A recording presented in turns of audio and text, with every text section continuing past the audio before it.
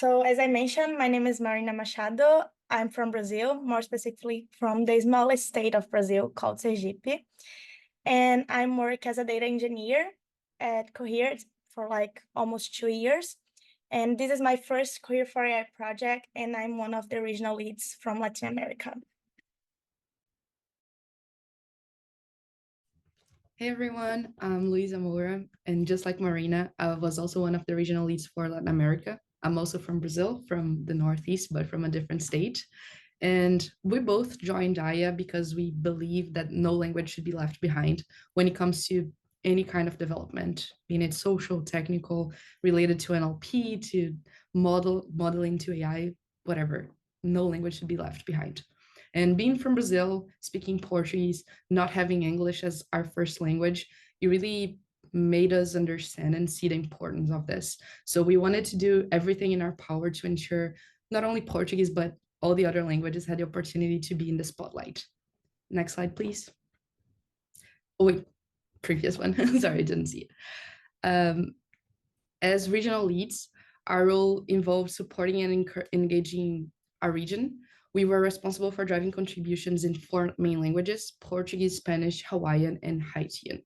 We were super happy to share that we had contributions from 15 countries. That's huge. Most of the countries in South America were represented, some in Central and North America as well.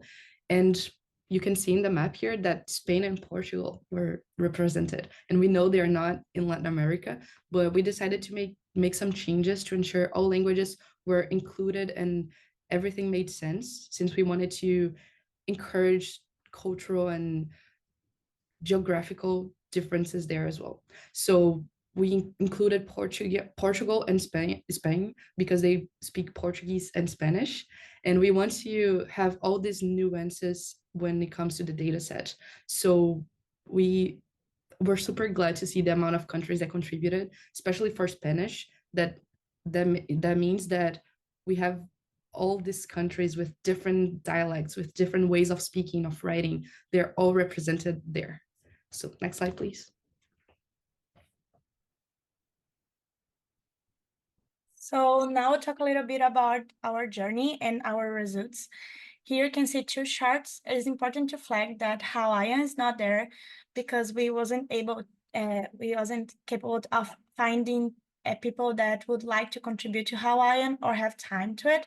So we decided to focus on the 3 languages, Portuguese, Spanish, and Haitian.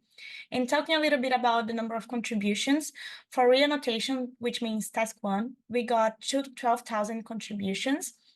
And for annotations, task 2, almost 6,000 contributions. These were spread between the 3 languages, and Portuguese was the one that we got more contributions, both to task 1 and task 2, than Spanish and Haitian then. And it's important to flag that Haitian, we just found a language ambassador like a month before, so it was harder to get contributions by this time. And in the right, you can see the number of contributors, and this is something that makes us really happy because we've got a good amount of contributors. So Portuguese and Spanish are in the top 10 languages with more unique contributors, and we know that the data diversity is really important.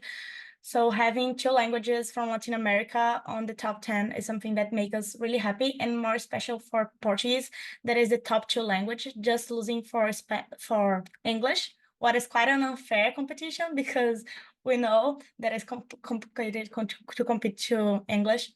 So this is nice, and we are happy with these results. But how we achieve this? So if you go to next slide, you can see a little bit of our journey and initiatives. Here are just some examples. So the first example is Spanish lectures about Aya. In this image, you can see 2 of them that were hosted by our language ambassadors. And these lectures were made to talk a little bit about Aya, talk what motivates us, and explain a little bit how they can contribute. And all these lectures were Spanish, what is super important because this engage more Spanish community when you have someone that speaks your language talking about, and even to make it more accessible because we know that is not everyone that speaks Spanish or speaks English, and it's good to have more people contributing. And the second example is reaching out to ITN community. We know that probably everyone has reached out to communities because this is a good way to get contributors. But for ITN was quite special for us because we was having a really hard time to find ITN contributors because me and Luisa have never talked with someone that speaks ITN before. So we've reached out to this AI community, and this was the place that we got most of the contributions for ITN. So was other of our initiatives.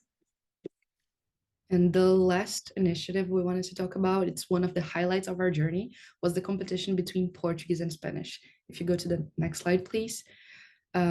We were having a really hard time keeping the community engaged, and the competition proved to be a great way of improving the amount and the quality of the contributions we had.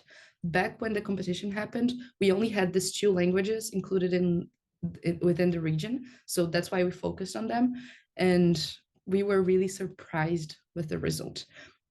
In the chart in the right, you can see that in the beginning, Portuguese had way more contributions, but at some point, Spanish-speaking people started to notice the competition a bit more. We were sharing status messages, encouragements every single day, and more people who spoke Spanish were reaching out to their friends, to their community, so they could also contribute. And it was super exciting to see everyone contributing and the improvements, the community sharing updates, sharing learnings, sharing knowledge with each other. And the truth is, it doesn't really matter who won. We see that Portuguese did, but that's not the point of it. It's not about who got first place, who got second place. What matters for us is seeing that in the end, both languages had more than 2 times the amount of contributions they had in the beginning. That means that the community got engaged, they were motivated to keep going. We saw that the quality of the contributions also improved, and that's what it is about. That's what makes us proud of both languages and of everyone who contributed there. Next slide, please. So as Lydia mentioned, this was a work of a lot of people, and this place is where we want to give a huge shout out to everyone that contributed and make this happen, because this is not about the numbers, about the people that contributed. So thank you so much for everyone that contributed for AYA, for Latin America, and a special one for our top 5 contributors for each language. So thank you so much for contributing for Portuguese, Spanish, and ITN. And a special thanks to our language ambassadors that helped us on all this process and helped us getting where we are. So in the next slide, we want to talk a little bit about our takeaways of this project. So it was a quite challenging project for us. We never thought that would be this big. So we have learned a lot, and we want to share some of the takeaways of it. So in the next slide, the first one is that languages are living organisms. We know that like languages is not simple, and even if you want to collect just one language is hard. And Aya, we are trying to collect like 100. But I say that because languages has a lot of nuances. And when we think about, for example, Portuguese, we think that is, okay, this is one language, let's get contributions for it. But it's not that simple because, for example, Portuguese from Brazil is different from Portuguese from Portugal. And what is considered right sometimes in Portugal is considered wrong in Brazil. So how we treat this, and when you think about it, you don't imagine that this type of problem will happen. But for example, a language ambassador from Portuguese was mentioned that Brazilian speakers were correcting Portugal speakers and giving low scores their completions because we didn't know that it was correct. It's just another Portuguese. So working with languages, it's necessary that you consider all these nuances. So in the next slide, we have another takeaway that is related, that is culture matters. So next slide. And this is super related to the previous point, but here I would like to focus about how culture matters in engaging community. So for example, me and Luisa are from Brazil, and we noticed that it's much easier to engage people when you are from this country, for example. We know how to engage Brazilian people. We know what they like and what makes them contribute, or even how they communicate. So in this project, we are dealing with a bunch of countries, with a bunch of cultures, what makes hard to know what is the best way to communicate, what's the best way to engage people, but is the most special part of Aya, because we have access to people that we will never have access and could learn with them. And so for this project, culture matters a lot, not just for the languages, but how we engage community. So next slide. And during this year, we faced many challenges. Some of them we already talked about, from finding the right people, the right communities, to keeping them engaged, to knowing which contributions were good, to knowing what is a prompt, what is a completion, how to explain that, from writing a paper in the end. We had many challenges. We faced many challenges, and we learned a lot from them. We overcame most of them, all of them, I would say. And honestly, if someone told us about everything we were going to face a year ago, I wouldn't think we were going to manage it, because it was really challenging. But having one another, having the whole community with us, that really empowered us, made us believe that we could make it through. And now that we've reached our goal, we look back at it, and the main lesson we learned is challenges do exist, and yet we can deal with them. It's that simple. We can do stuff when we put our mind to it, no matter how ambitious the goal is, no matter if we want to get 1 or 100 languages. Here we are, and we made it. And the next slide, we have our final, and for me, the most important takeaway is that no matter the challenges, no matter the results, no matter if a language was successful or not, whatever that means, what matters is we did that as a community. We were there for each other. We learned a lot. We met a bunch of new people, and we are now part of something bigger than us. Not only the project, not only Aya itself, but the community that arose from it. Particularly, I had never been part of any research project.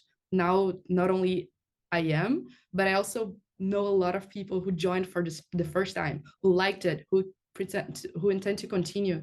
And this is what all of this is about. And this is what make us the most happy about. We are now a community of people who want to see what we can still achieve. This is just the beginning. And we are really, really happy and thankful for being part of the Latin America history here. And we thank everyone for being here, for listening to us talk for a little bit. And we do hope that you keep engaging and keep contributing to Aya. Thank you.